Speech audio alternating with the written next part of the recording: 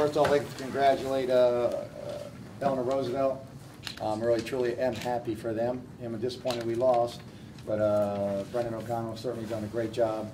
I believe this is their 4th straight year coming here, and you know, they did a great job. And I'm truly happy for Coach O'Connell and the way Eleanor Roosevelt, the way they carry their program, the way those kids act, and as hard as they play. You know, it was wasn't the prettiest game in the world, but certainly was a hard-fought game. Secondly is, you know, before we start the game, I'm just so proud of my seniors, especially all my seniors. You know, JJ, Epps, and Nick Griffin are 4-year starters. You know, and they won 84 games in 4 years, and came back to Comcast Center 3 times their last 3 years, and won a state championship last year and runner-up this year. So, you know, I got told the kids after the game, I'm disappointed we lost, but I'm just more sad that my 8 seniors are gone. You know, I've spent so much time with these kids, and they're much better kids than they are players. And it was just an honor for me and a privilege for me to coach these kids. And we just wanted to keep going on. You know, I'm so proud of them. So, you know, I'm just disappointed the season's over. You know, because Justin, JJ, Nick, I'm gonna really miss them. I'm really gonna miss them. For the game, you know, they're very big.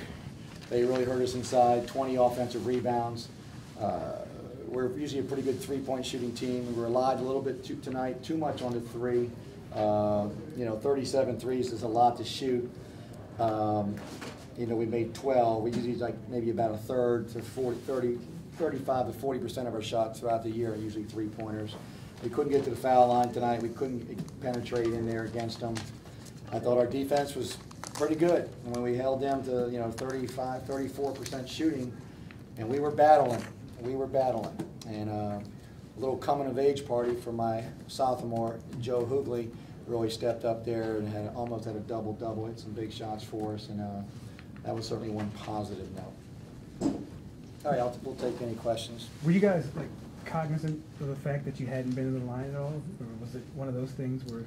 You know, no. We were thinking about it. We just wanted to drive.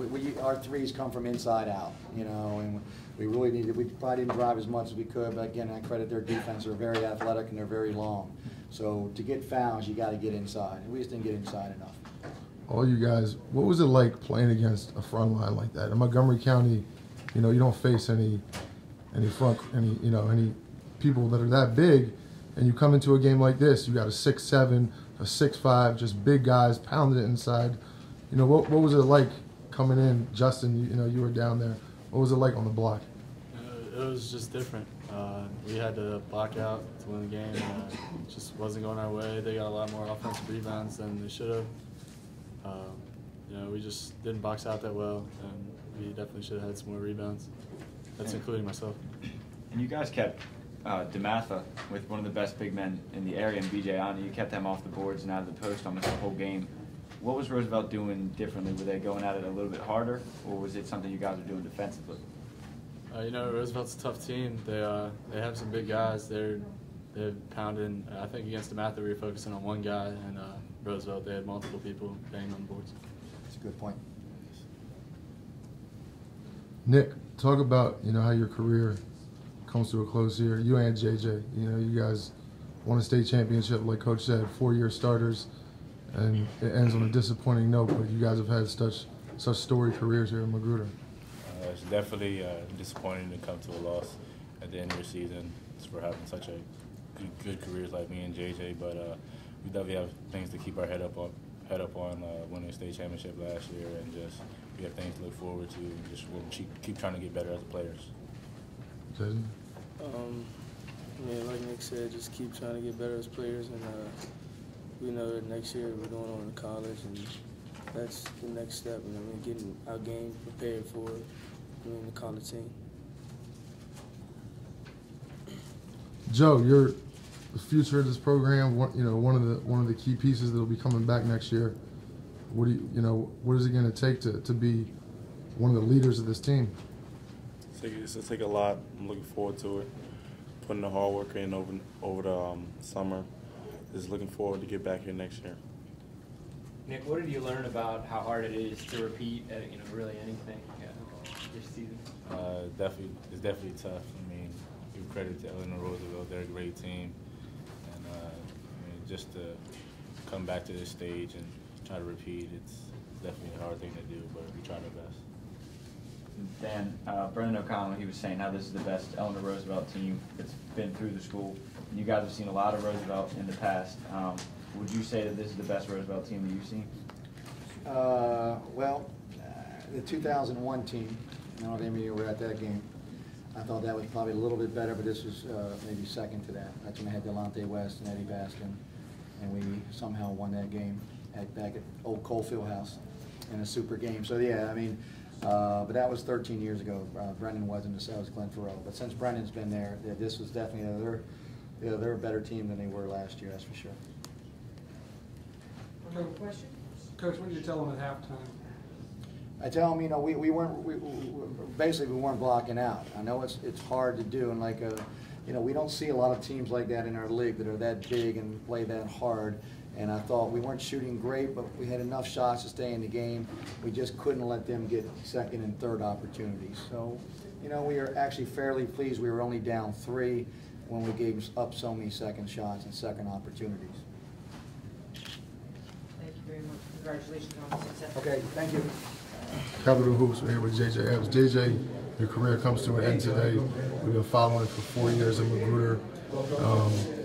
Tough game out there today. You know, talk about how the game played out. Obviously, they used their size advantage, but, you know, talk about how you guys fought today.